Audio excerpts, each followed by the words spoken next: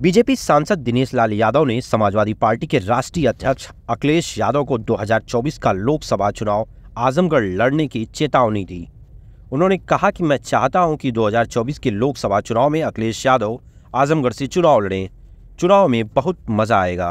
2019 के चुनाव में महागठबंधन था, इस वजह से अखिलेश यादव बच गए थे। इस बार भी एक गठबंधन बना रहे हैं। अखिलेश यादव से लड़ाई लड़ने में बड़ा मजा आता है। भारतीय जनता पार्टी के सांसद ने अखिलेश यादव पर जमकर हमला बोला। आज सपा मुखिया अखिलेश यादव सरायमीर क्षेत्र के एक वैवाहिक कार्यक्रम में शिरकत करने आए थे। अखिलेश यादव पर तंज कसते हुए सांसद निरहुआ ने कहा कि वह 6 माह बाद आजमगढ़ आ रहे हैं।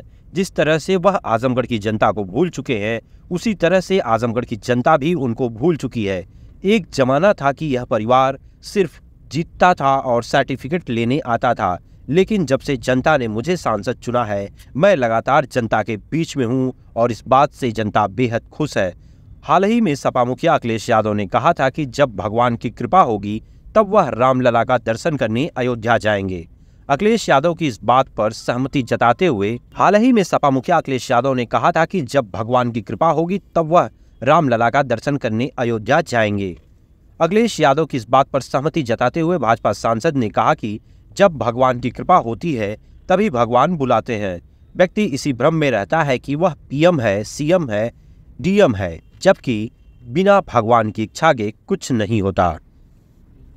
सही है और मैं उनकी बात से सहमत हूँ। जब तक ईश्वर की कृपा नहीं होती है, कोई भी व्यक्ति भ्रम में रहता है। उसको लगता है कि वो सीएम है, वो पीएम है, वो डीएम है। इस भ्रम में जीता है इंसान। जब ईश्वर की कृपा होती है तभी उसको पता चलता है कि आप कुछ नहीं कर रहे हो, जो कर रहे हो ईश्वर कर रहे हैं। तो सच में जब ईश्वर की कृपा होगी तभी उनको दर्शन मिलेगा, तभी हो जा पाएगा। आज राष्ट्रीय मुझे लगता है जैसे वो भूल गए हैं वैसे आजमगढ़ भी उनको भूल गया है। तो चिंता करने की ज़रूरत नहीं है।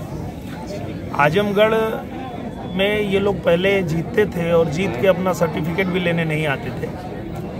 तो आजमगढ़ की जनता ने एक मौका हम लोगों को दिया और हम लोग पूरे समय आजमगढ़ में रह के आजमगढ़ की जनता की समस्या सुनते हैं, उस पर काम करते हैं। और इसीलिए जनता जो है वो आज खुश है कि हमें ऐसा ही सांसद चाहिए था जो हमारे बीच रहे, हमारे साथ रह के काम करे, हमारी बात सुने। तो कोई बात नहीं है, वो जैसे भूल गए वैसे आजमगढ़ भी उनको भूल गया। बहुत मज़ा आएगा। मैं तो चाहता हूँ कि एक बार फिर आएँ। और पिछली बार तो महागठबंधन था उनका, अब इस बार एक और गठबंधन वो लोग बना रहे हैं। और मैं तो ऐसी ही लड़ाई लड़ता हूँ कि जिसमें मज़ा आए लड़ने में। सर, आजमगढ़ का नाम आजमगढ़ कब रखा जाएगा? जी, पत्रकार नहीं। ठीक है यार। 24 आजमगढ़ का नाम आजमगढ़ कब रखा जाएगा? आर्यमगढ़ महाराज जी बताएंगे। और महायोजना कब तक लागू होने वाली? महायोजना महाराज जी के टेबल तक पहुँच चुका है और हम लोगों ने कई बार उनसे निवेदन भी किया है।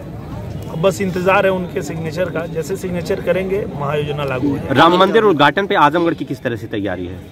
आजमगढ़ की बहुत अच्छी तैयारी है और धूमधाम से हम लोग जाएंगे, अयोध्या जाएंगे और रामलला का दर्शन करेंगे। फ्लाइट कब उड़ रही है?